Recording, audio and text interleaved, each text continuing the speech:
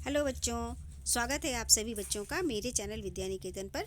और आज हम पढ़ेंगे हिंदी व्याकरण में मुहावरे। बच्चों, मुहावरे वे वाक्यांश होते हैं जो बहुत छोटे होते हैं, वाक्यांश होते हैं, लेकिन ये हमारे वाक्य को बड़ा ही सशक्त, प्रभावशाली और रोचक बना देते हैं। तो चलिए हम आज पढ़ेंगे मुहावरे। मुहावरे के प्रयोग से भाषा रोचक और प्रभावशाली बन जाती हैं। मुहावरे पूरे वाक्य नहीं बल्कि एक वाक्यांश होते हैं। मुहावरे अपने साधारण अर्थ को छोड़कर विशिष्ट अर्थ प्रदान करते हैं। ये है मुहावरों की पहचान और उनकी खास बातें। जैसे कि चलिए हम देखते हैं क्या है इनसे खास अर्थ मिलने वाले, जो कि हमारे वाक्यों को सुंदर रूप प्रदान कर देते हैं। सारी रात जगने के बाद अभी उसकी आंख लगी है। अर्थात आंख लगना, यहाँ मतलब आंख लगने का मतलब हो गया नींद आने से। मेरी घड़ी पर उसकी आंख लगी हुई है, यानी उसकी हथियाने की इच्छा उसके अंदर लगी हुई है। तो यहाँ देखिए आंख लगी और आंख लगना दोनों का ही यहाँ पे विशिष्ट अर्थ है। एक का मतलब है नींद आना और एक का मतलब है हथियाने की इच्छा होना। चलिए हम कुछ मुहावरे और उनके अर्थ के साथ साथ वाक्य प्रयोग भी यहाँ पर देखेंगे। नंबर 1 है अंग अंग ढीला होना, यानी बहुत थक जाना। अब मुझे सोने दो क्योंकि सारा दिन बस की यात्रा करने से मेरा अंग अंग ढीला हो रहा है। नंबर 2 अंग अंग मुस्काना, यानी बहुत खुश होना। परीक्षा में प्रथम स्थान आने पर आनंद का अंग अंग मुस्का रहा है। इसके बाद है अंगारे उगलना, कठोर बातें कहना। तुम हमेशा अंगारे उगलते रहते हो, कभी तो शांति से बात किया करो। अंगूठा दिखाना, यानी साफ इनकार कर देना या मना कर देना। पुस्तक मांगने पर वरुण ने साफ अंगूठा दिखा दिया। इसके बाद है अगर मगर करना, यानी टाल मटोल करना। जब माँ ने नीलिमा से पढ़ने को कहा तो वह अगर मगर करने लगी, यानी वो उनसे टाल मटोल करने लगी क्योंकि उसकी पढ़ने की इच्छा नहीं थी। ठीक है ना। अब नेक्स्ट है आँखों से ओझल होना, यानी बहुत दूर चले जाना, दिखाई नहीं देना। बाबा भारती से घोड़ा छीनकर डाकू खड़क सिंह आंखों से ओझल हो गया। आग बबूला होना, यानी बहुत गुस्सा हो जाना। तो इसका वाक्य प्रयोग हो जाएगा तुम तो छोटी सी बात पर आग बबूला हो रहे हो। इसके बाद है आकाश पाताल एक करना का होता है अर्थ बहुत प्रयत्न करना। इस नौकरी को पाने के लिए मैंने आकाश पाताल एक कर दिया था। ईंट से ईंट बजाना, यानी नष्ट भ्रष्ट कर देना। तो इसका वाक्य प्रयोग हो जाएगा भारतीय सेना ने पाक की ईंट से ईंट बजा दी। ईद का चांद होना, यानी बहुत दिनों बाद दिखाई देना। अरे मित्र कहाँ रहते हो, तुम तो ईद का चांद हो गए हो। नेक्स्ट है उल्लू बनाना, यानी मूर्ख बनाना। नौकर मालिक को उल्लू बनाकर भाग गया। ये है इसका वाक्य प्रयोग। इसके बाद है कलेजा ठंडा होना, यानी चैन आना। मेरा नुकसान देखकर तुम्हारा कलेजा ठंडा हो गया होगा। यह है इसका वाक्य प्रयोग। कान पर जूं न रेंगना, यानी कि कोई असर ना पड़ना। मैंने तुम्हें इतना समझाया पर तुम्हारे कान पर जूं तक नहीं रेंगी। यह है इसका वाक्य प्रयोग। इसके बाद है कान भरना, यानी चुगली करना। मौका मिलते ही मॉनिटर ने अध्यापक के कान भर दिए। यह है इसका वाक्य प्रयोग। अगला है खरी खोटी सुनाना, यानी बुरा भला कहना। बेकार व्यक्ति को सभी की खरी खोटी सुननी पड़ती है। जो लोग बेकार होते हैं उनको खरी खोटी सुननी पड़ती है, यानी सब लोग उन्हें भला बुरा कहते हैं। नंबर 16 में है गुड़ गोबर करना, यानी बना बनाया काम बिगाड़ देना।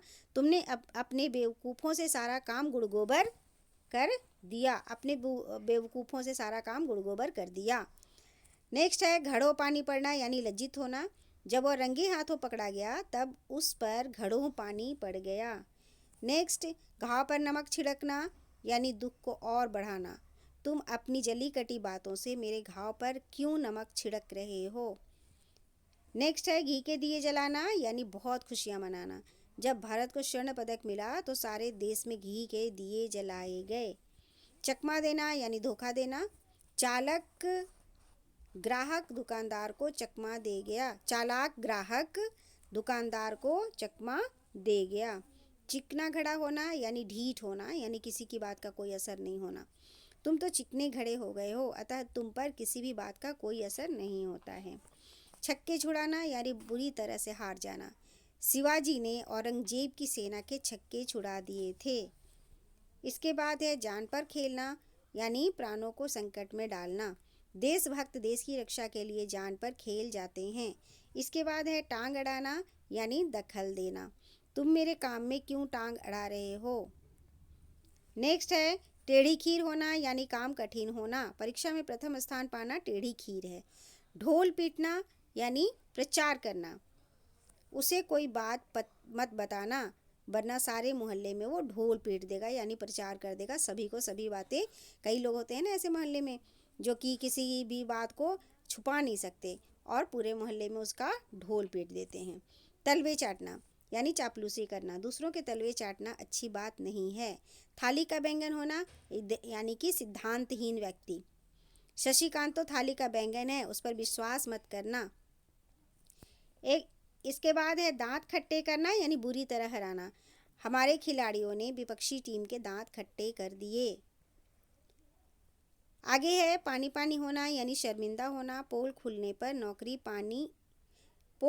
पर नौकर पानी पानी हो गया यानी बहुत शर्मिंदा हो गया, बहुत लज्जित हो गया। खिचड़ी पकाना यानी षड्यंत्र करना। तुम्हारे बीच क्या खिचड़ी पक रही है। हम ऐसा कहते हैं ना कभी कभी जब दो चार दोस्त एक साथ मिलकर कुछ बातें कर रहे होते हैं तो हम कहते हैं ना तुम्हारे बीच में क्या खिचड़ी पक रही है। इसके बाद है गागर में सागर होना यानी थोड़े में ज़्यादा कहना। उनकी बातों में इतनी गहराई थी कि उसने गागर में सागर भर दिया, ऐसा कहा जाता है। ऐसा कई बार कहा जाता है कि उन्होंने इतना अच्छा बोला कि जैसे गागर में सागर यानी बहुत ज़्यादा शिक्षाप्रद बात थोड़े ही लफ्ज़ों में उन्होंने कह डाला, तो इसको हम कहते हैं गागर में सागर भर दिया। इसके बाद है घाट घाट का पानी पीना यानी अनुभवी होना। रजत तो घाट घाट का पानी पिया हुआ है। इसके बाद है घड़ियाँ गिनना यानी इंतज़ार करना। सभी लोग बारात के अगवानी के लिए घड़ियाँ गिनने लगे। इसके बाद है गुड़ियों का खेल यानी आसान काम। तुम पढ़ाई को गुड़ियों का खेल न समझो, ध्यान लगाकर पढ़ाई किया करो। राई का पहाड़ बनाना यानी बढ़ा चढ़ा कर कहना। लड़ाई झगड़े का कारण ही यही है कि सतीश ने जरा सी बात को राई का पहाड़ बना दिया यानी किसी भी बात को बहुत बड़ा रूप दे देना कहलाता है राई का पहाड़ बनाना। इसके बाद है सेखी मारना यानी डींगे हाँकना। कई बार लोग ऐसे नहीं होते कि कुछ उनको आता जाता तो है नहीं ना कुछ होता है, लेकिन वो अपनी बहुत अपने लिए बहुत बड़ी बड़ी बातें कह डालते हैं। इनको कहते हैं हम डींग हाँकना। तुम तो बड़ी सेखी मार रहे हो।